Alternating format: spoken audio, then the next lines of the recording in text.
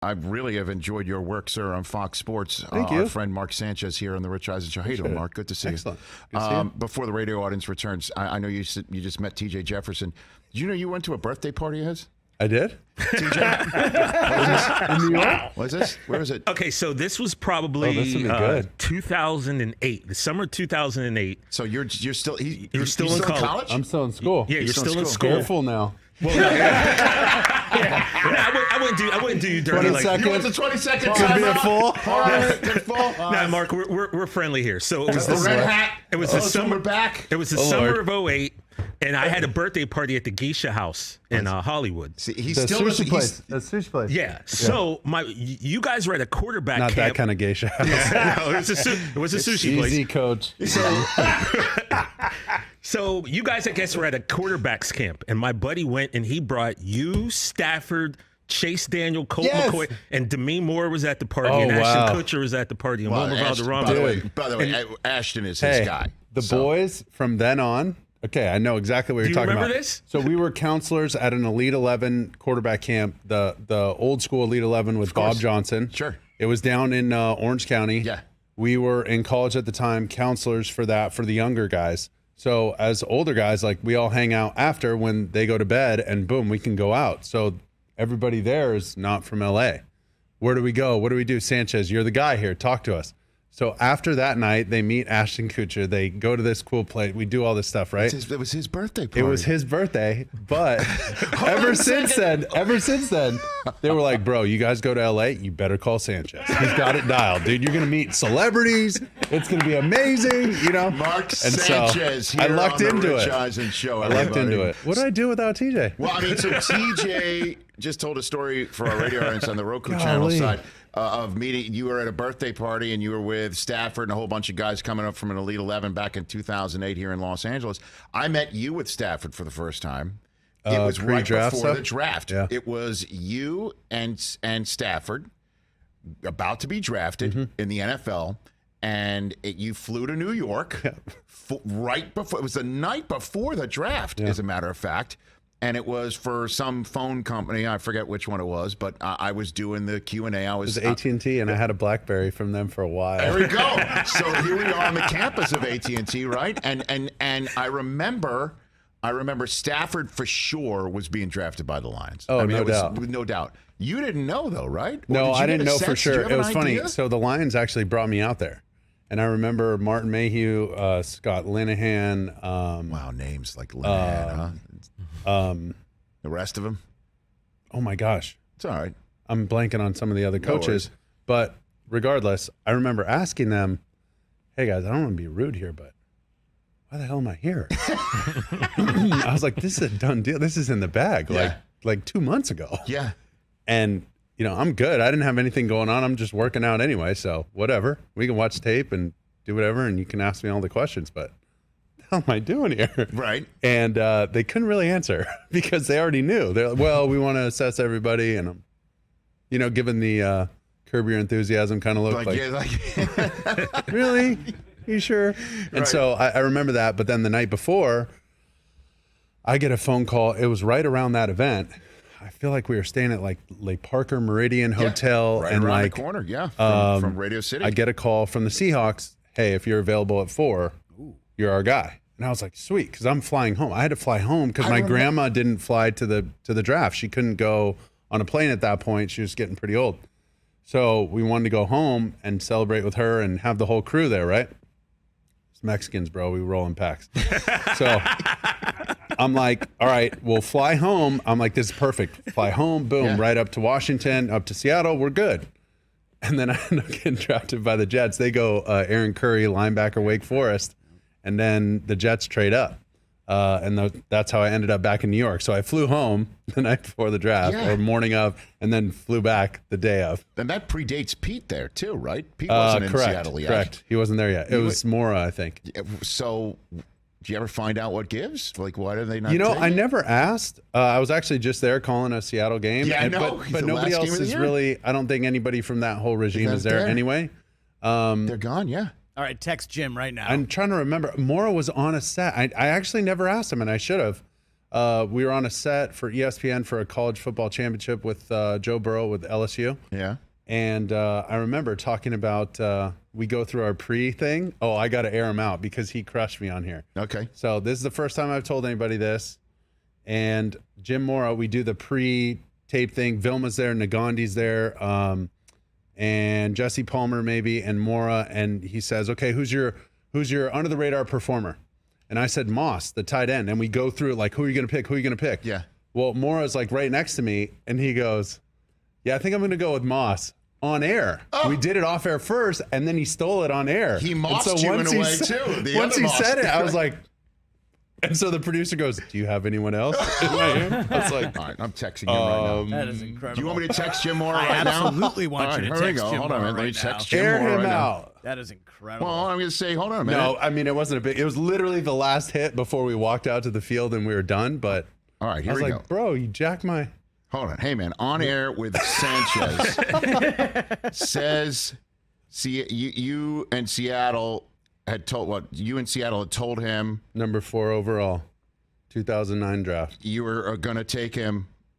Lead pipe lock. Is that what they used? No. Oh, okay. Going to take him I'm embellishing. 4th overall in 08, right? Correct. In 09 draft.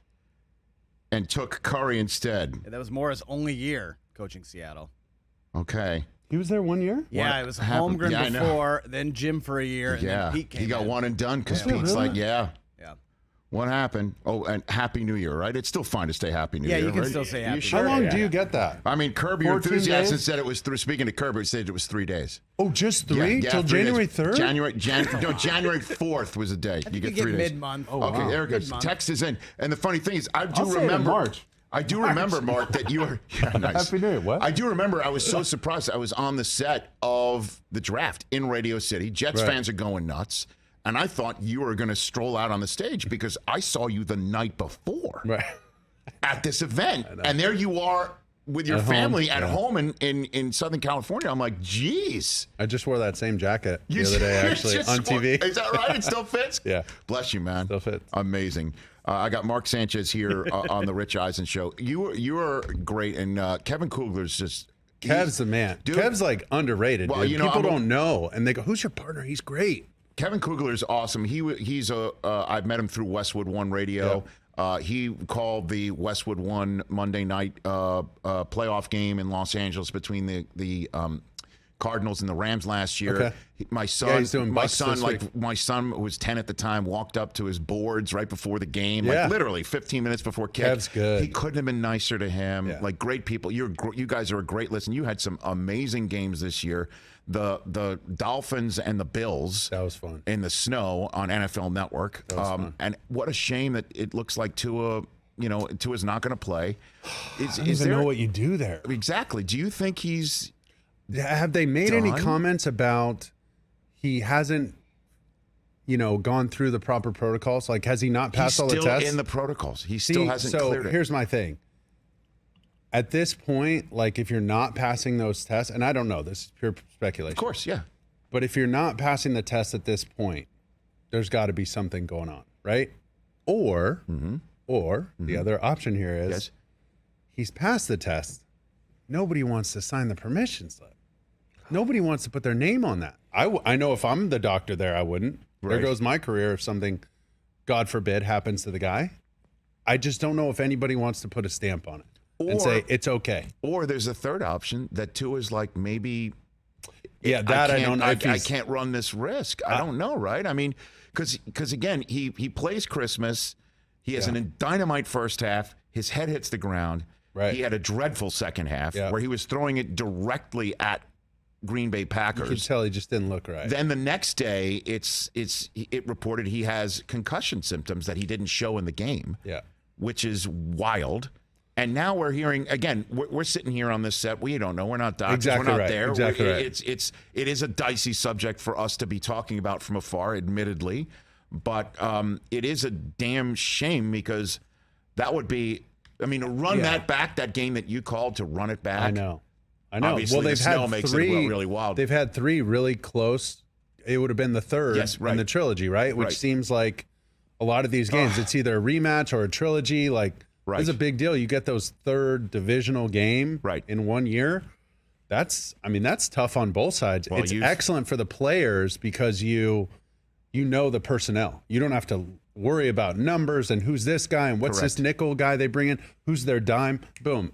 Personnel, I'm good. Let's roll. Well, But then it's are they going to show us a little bit of last week's game or last matchup's game plan? Is it the fake game plan like Belichick was notorious for? Well, what happened? And that is you're a perfect person to ask about this. Certainly, since you've got Seattle at San Francisco, you've got Miami and Buffalo, you've got Baltimore and Cincinnati. Yep. You also have Dallas at Tampa, which has faced each other. Second time, It's just the second time, but facing a division opponent for a third time. By the way, you beat Brady in one of them. That's a pretty big one. But remember, so that was the year we beat them at home. Mm-hmm.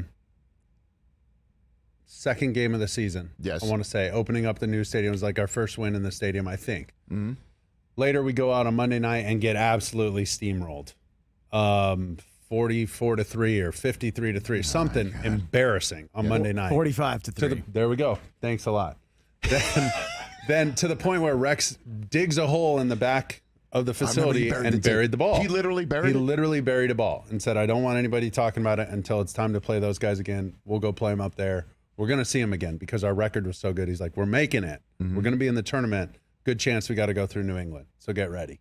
But I don't want anybody, whining, bitching, complaining about that. Let's move on. Boom. So the next time we play them, I remember the pregame, we were out there and they were already advertising for the AFC Championship game. This is the divisional. That's right. So we had beat Indy in the wild card. Now we go up to Foxborough. And they were, during pregame warmups, there was like tickets going on sale for on the screen? I promise you. And so I remember seeing that. And I was like, you got to be kidding me. This is crazy. And so even guys on the team were like, yo, what the hell? So and they were pissed. Your teammates noticed it. Yeah, like everybody how did was. That land on Bart Scott? Well, I mean, just in general, everybody's like, hell no. And we were already mad about the Monday night. Yes. It was just one of those things where things were going to go right. Didn't know how, didn't know when, didn't know exactly how it was going to take place, but it was just a refuse to lose kind of situation. And you just have this feeling like this is going to work out. And I remember in that first quarter, I mean, the games and the balance, the defense picks off Brady on a screen of all things and almost takes it back for a touchdown. We sputter, miss a field goal, I think. And so it's like 0-0. And as soon as the second quarter started, boom, we get a little momentum. Jericho has a huge play up the sidelines. I scramble out to the left, start backpedaling out, and Braylon catches the ball like right on the helmet. Tone has the catch in the back of the end zone, and it just starts to steamroll our way. So note to San Francisco, Buffalo, don't and advertise Cincinnati. the home game tickets the next week, dude. No divisional tickets on sale. Don't do that during warm-up. No, and it's funny because those kind of teams, we were such an underdog team. Yes. And a lot of these underdog teams, you just have this road dog mentality where it's you, the 53 of you against the world. Let's go. Strap it up and let's roll. Let's see what happens because we're already playing with house money. We shouldn't even be here, right? Like we're the underdog. We backed into the playoffs, whatever the narrative was. We shouldn't even be here. You could say that's Seattle's mantra. Oh, right? 100%. And you were just there. And nothing's better for Pete. That's perfect. What do you mean? His mentality of getting guys to focus in and hone in. And, I sat down with him before the game too. And his ability to bring guys back to center and eliminate distractions. His whole thing is like the epitome of poise and really honing in. Like he's going to eat that up and have that bus rocking before the game when they show up to the stadium. I mean, it's just perfect motivation. It feeds into his whole mentality of getting guys ready to play. Study your butt off, the David versus Goliath idea. Yeah. And it's just, I love it for Pete, for, Brock Purdy and those guys. Like, don't take them lightly. Don't slip up now. And weather's going to be a huge factor in this. It looks like it's going to rain like crazy now. Forecast, for Saturday, heavy rainfall, 10 to 20 mile an hour winds. Near a half-inch of rain. Wow, and I'm sure San Francisco's saying that's how our season started in Chicago. Exactly right. Exactly. Right, and so at least they've had and they got Gatto in that game. They did by Justin Fields, and we'll see. I mean, this is Geno coming. Kenneth Walker had a DNP with an ankle injury, but he'll go. Here's the other thing though, in conditions like that, you want to have already practiced some of your quarterback runs, as long as your quarterback can run. Yeah. You saw Geno last week? He did make some first. He picked He him up, looked put him faster down, man. than even earlier this For year. 31. You Yeah, could I know, tell, man. like, so those kind of, it just adds an extra player in your run game scheme because you're always trying to beat one defender. Anytime you hand the ball off, there's one free guy, right? Because the quarterback's not blocking. Well, when the quarterback runs the ball, now there's somebody to block everybody. You have 1-for-1 across the board. So your numbers are great. That's why teams love the read option and all that. Boom, put a guy in conflict, the quarterback's running, everybody's covered. So for Geno, for them, for Kenneth Walker, like that plays right into their hand. Get those big tight ends in the game, bring in the extra linemen, get in a phone booth, duke it out. It's not going to be the sexiest game for, passing statistics standpoint, but whatever, go steal a win and see what happens. That's going to be on Fox, and I got Fox Sports Mark Sanchez here on the Rich Eisen Show. And I want to ask you about the experience factor here. There's 7 quarterbacks, 7 in the wild card round. If Tyler Huntley starts for Lamar, as we're expecting, 7 making their first career playoff starts. 7 of them. There they are on the screen right there. Herbert, 47. Purdy, Oh Skylar Thompson, Daniel Jones, Geno Smith, Yeah. Trevor Lawrence, Tyler Huntley, or Anthony Brown if neither if Lamar can't go. And then you just remarked how Tom Brady's got 47 games of playoff experience. And then the rest of the AFC field, outside of Mahomes, not so much. Josh Allen is the second on that list with 6. But the reason why I bring all this up is certainly Purdy being new. And, it reminds me, the setup does remind me of your first time in the playoffs. Sure. Now, Purdy, obviously, Iowa State's not USC. But, I mean, where it was, okay, you got the running game. Oh, yeah. You got a defense. Oh, you yeah. got some playmakers around you. For lack of a better phrase, don't screw it up. Exactly right. And so, I don't know, man. I think, what is your sense of what experience might matter in all this? For Purdy's Mark? situation, much like mine, keep the car in the middle lane, give me 55 to 60 miles an hour. I don't need anything crazy. Right down the highway, keep me right down the middle. Is that what they told you at the time, too? No, I mean, that's kind of we tried in other ways with the silly wristband stuff like red, yellow, green. And I mean, there's a way to coach that stuff. There's a way to protect the quarterback sometimes from himself. And what can guys handle? What's their bandwidth? Can he handle the conversation when you burn a timeout before halftime thinking, hey, we're right on the fringe of maybe trying to throw for some yards, get a chunk play, and get into field goal range. But it's going to depend on this first down here. And if we get any yards on the first run, if we get stuffed or lose 3 yards, we might just take a knee and end this thing. But if we steal some, hey, be really careful with this ball. It's either in our hands or in the third row, right? Can this guy handle that? Because of Brock Purdy's experience at Iowa State, I think those 3 years of starting or 4 years or whatever it is, those are reps. Those are real live reps of playing the position, knowing what wins, knowing what loses. That is most important. So he's had this ability to step in with a veteran team who already knows what he knows, and now he can operate at an efficient level. The only thing I've really seen from him that gave me a little concern is anything over 30 yards has been underthrown, just slightly. And it's just a little more juice on it. Sometimes he's under duress, and that happens to everybody. Yes. But it's been consistent across the board. So in weather like that, I don't know if we're going to have to deal with it. But bottom line, end of the day, I don't care what game it is. And this was Pete's, baby as well. Like, he loved reminding guys of this, especially when we played in the Rose Bowl. You see all these commercials about the game. There's all this hype. Boom, Penn State's coming in, Illinois, Michigan. Somebody's coming in to whoop up on USC, blah, blah, blah. And he goes, that's all outside. I guarantee you, he goes, he'd hold the ball in the meeting. He'd point at the Rose Bowl that was, painted on our team meeting room. He goes, that field is the exact same size as the field we practiced on. Nothing changes. He goes, there's going to be a hell of a lot more people.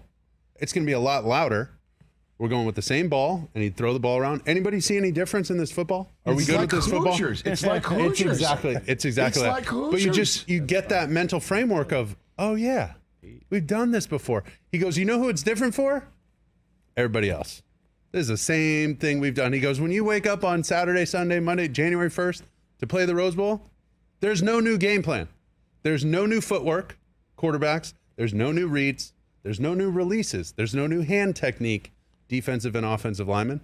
There is nothing new under the sun that's going to set you free on game day. Yeah. So please don't make anything up today. Do what we do. That's it. And we'll roll them. Like, that was it. It was awesome. And you get in this framework of like, dude, I'm good.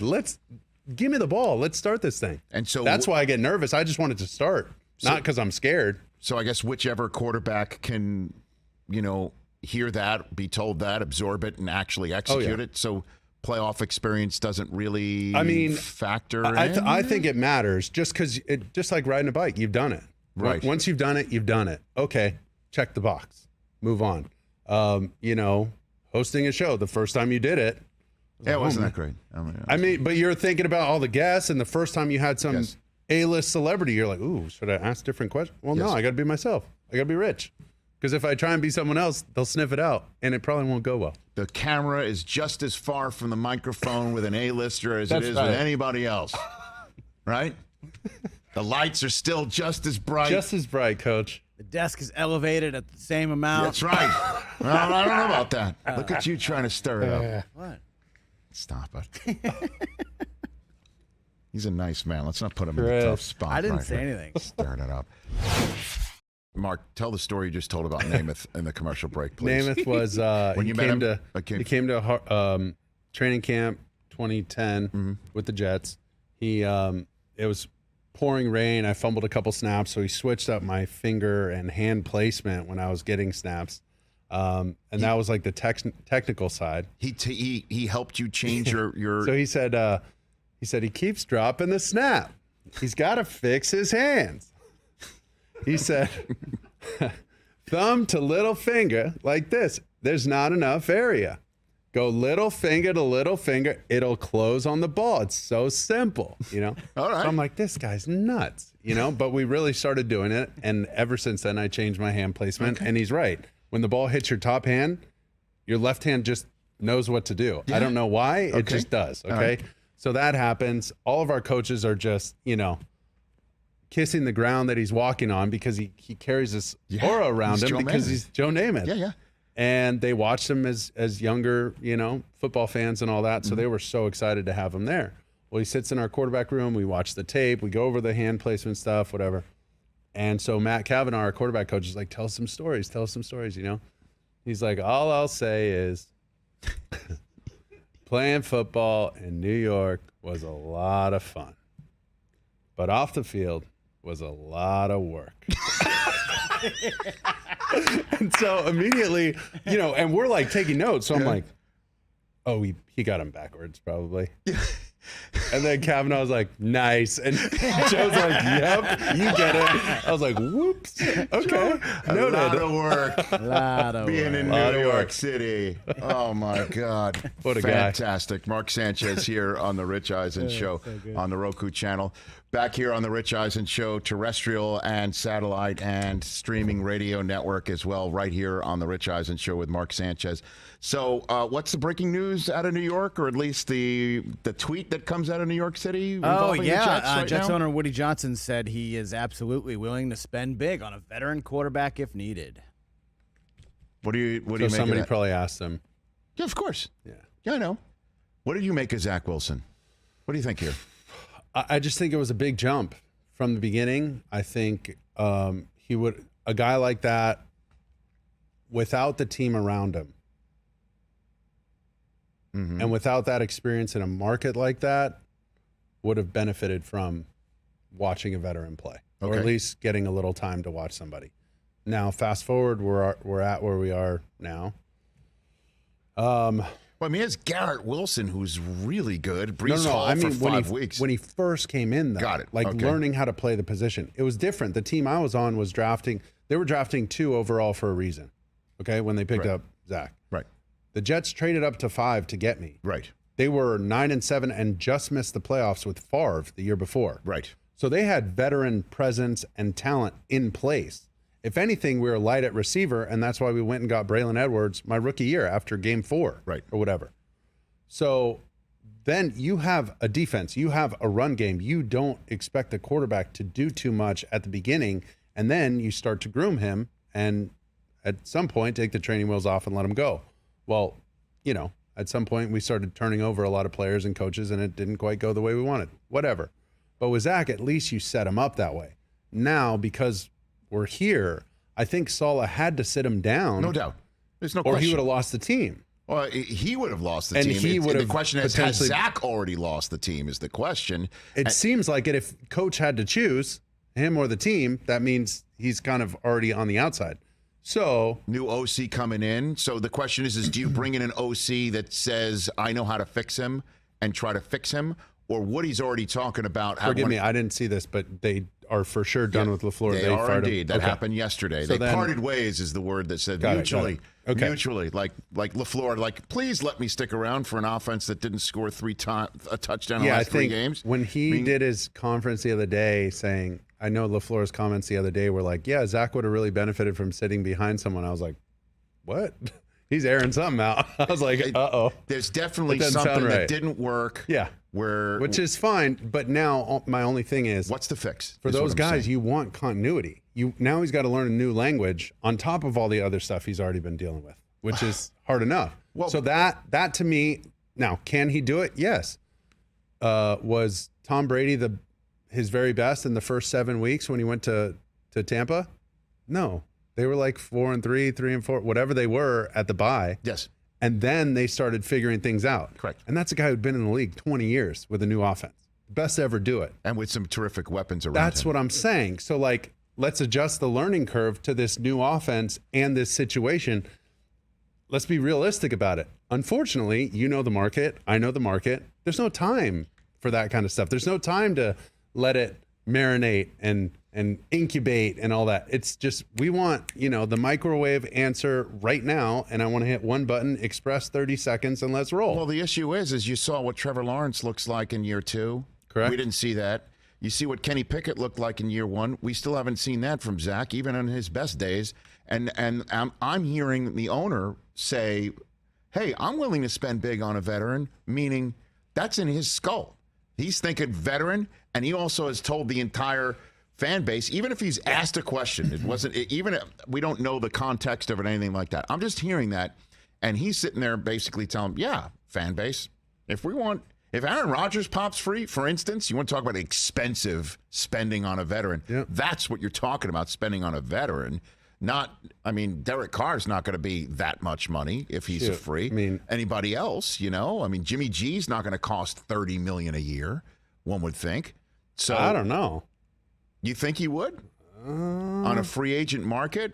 Aaron would go for top dollar. Of course. That's what I'm saying. So what do you think they should do? Should they go veteran, or they try and put this genie back in the bottle with Zach one more time? What are they going to say to the veteran you're paying $30 to $40 million for? Oh, nothing. Are you going to compete with Zach? No, you're Zach, not. Zach's done if you do that. You're the two? Correct. So then he's going to learn behind somebody like that, and you hope this person can get in there and turn him into Jordan Love? Plug and play. Basically? I guess. Just sit there and watch a veteran? Take a step back and watch it all happen? Where do you think Derek Carr might fit? What do you think? Any idea on that front? First blush? What about the only thing I thought was Stafford maybe to Atlanta just because of the Georgia thing, maybe New Orleans, maybe Carr to New Orleans. What's going to happen in Miami with Tua? Where's Brady going to go? Where's Brady going to go? That's an easy jump across the state, potentially.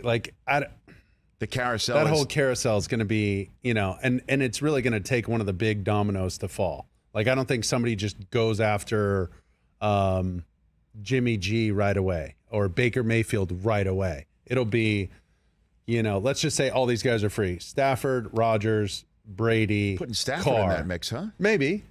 All 4 of them are free, then the Brady, Stafford, Rodgers, then Carr, then it'll start to trickle down, and then you'll get. And you also don't know which teams will be willing to say, "I'll hop on the carousel. I'll change my quarterback." Yeah, situation. what are the Bears going to do at 1? What would you do there? Well, here's the problem, and this was similar to me when Mike Tannenbaum drafted me, and then Idzik comes in and is the new GM. Oh God, I remember sitting down with him, and I was like, "Hey, I'm assuming I'm no GM here, but you're paying me $8 million this year, no matter what. So I'm hoping we go get an offensive player at least once in the first round. Go get a baller to help this offense. And if I suck, you can blame it on me. Extend your career, Mr. Idzik. Because now you can just blame it on me. I'm so No, well, we're having this discussion, and it's more of just like, hey, we want to get the best players for the team, blah, blah, blah. And so that's fine, but I'm assuming it's offense. Well, they draft Geno Smith, and no slight on Geno Smith. I didn't know the guy, had no prior relation with the guy, whatever. But I'm like, what do you guys want me to do with that? What do I do with that? Play catch with him on the sidelines? That doesn't help us. We need a receiver. We need a tight end. We need a running back. We need something on offense. We've drafted defense 5 years in a row.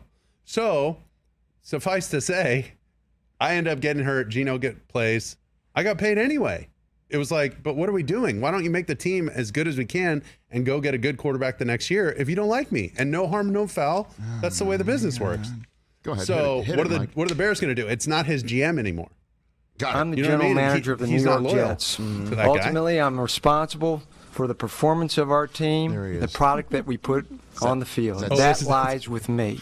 There are no excuses. Oh, God, stop it. Stop it. Stop it. Stop it. Did I strike a chord there? So you're saying, well, I mean, no, I'm just saying with Ryan is definitely Poles, no Isaac, but I understand what you're saying. The he loyalty didn't factor. Justin Fields. He's not my guy. You see what I'm saying? And he's never said that, but that's just like a known thing. That's just the way it goes. And unfortunately, that's the way of the world. So. But Justin Fields, man. I mean, that's what I'm saying. You're like, God, you're going to give that guy up? But I don't know. You know, he's a baller, no doubt. Mark Sanchez, thanks for coming in here. I really. Did we avoid the picks? Yes. Oh no. I mean, we do have one last little segment here, but all right, stick around. I want your Super Bowl pick. Then I'm gonna send you out of here. I'm out of here. Okay. Go. I'm double parked. Which is. Don't worry. Del Tufo will fix the ticket for you, right? We'll take care of it. That's right. Mike's from New Jersey. Oh, you know wonderful. What I mean? Mark Sanchez, great to have you here. Anytime, please. Let's do this on the regular, if you will. Chris Mannix talking NBA in studio coming up. We are still here now on the Roku channel. I got about 2 minutes left. You got a Super Bowl pick? What's your Super Bowl pick? I just feel like the Bills are playing inspired. Okay. That's going to be tough. You'll take them in the AFC? I'm taking the Niners in the NFC. Although this weather coming on Saturday genuinely makes me nervous. Can I tell you after this weekend? Can I make that? Sure, you can. But right now, we don't hold you to it. Don't worry. No one's gonna remember this. Nobody's gonna. No, we won't tweet it out. You're gonna replay it. We won't put it on Instagram. It does replay. So. Just say Tom Brady. You know you want to. See, I don't see the Bucs doing it. Did the Cowboys beat the Bucs? Yay or nay? How about that? I'll give you that one. What do you think? They got to. They got to. That is not a prediction. That is not an answer. That is not an answer. We know they have to. It's called do or die football, Mark Sanchez. Yeah. I'm more nervous than those guys. Sheesh. Making this pick. I'm taking the Bucs this weekend. Are you? I'm doing it. What do we have any betting numbers? What do we got? 2.5 now. Open 3 down to 2.5. You know, a lot of people jumping on that. And Cowboys are road favorites. Road favorites. What are you? Wow. Suddenly, all of a sudden, you're trying to win Terry's money? What's happening over there? I'm just saying, who wins the game when it all ends? What do you got? Got 10 seconds. Rich, I think Mike has one of Mark's fans. Mark, I want you to have my cheese fries. There we go. Philly. No, stop it. All right, we are out of time. Good distraction. Good job to get out of it. Catch the Rich Eisen Show every single day on the Roku channel, 12 to 3 Eastern, for free.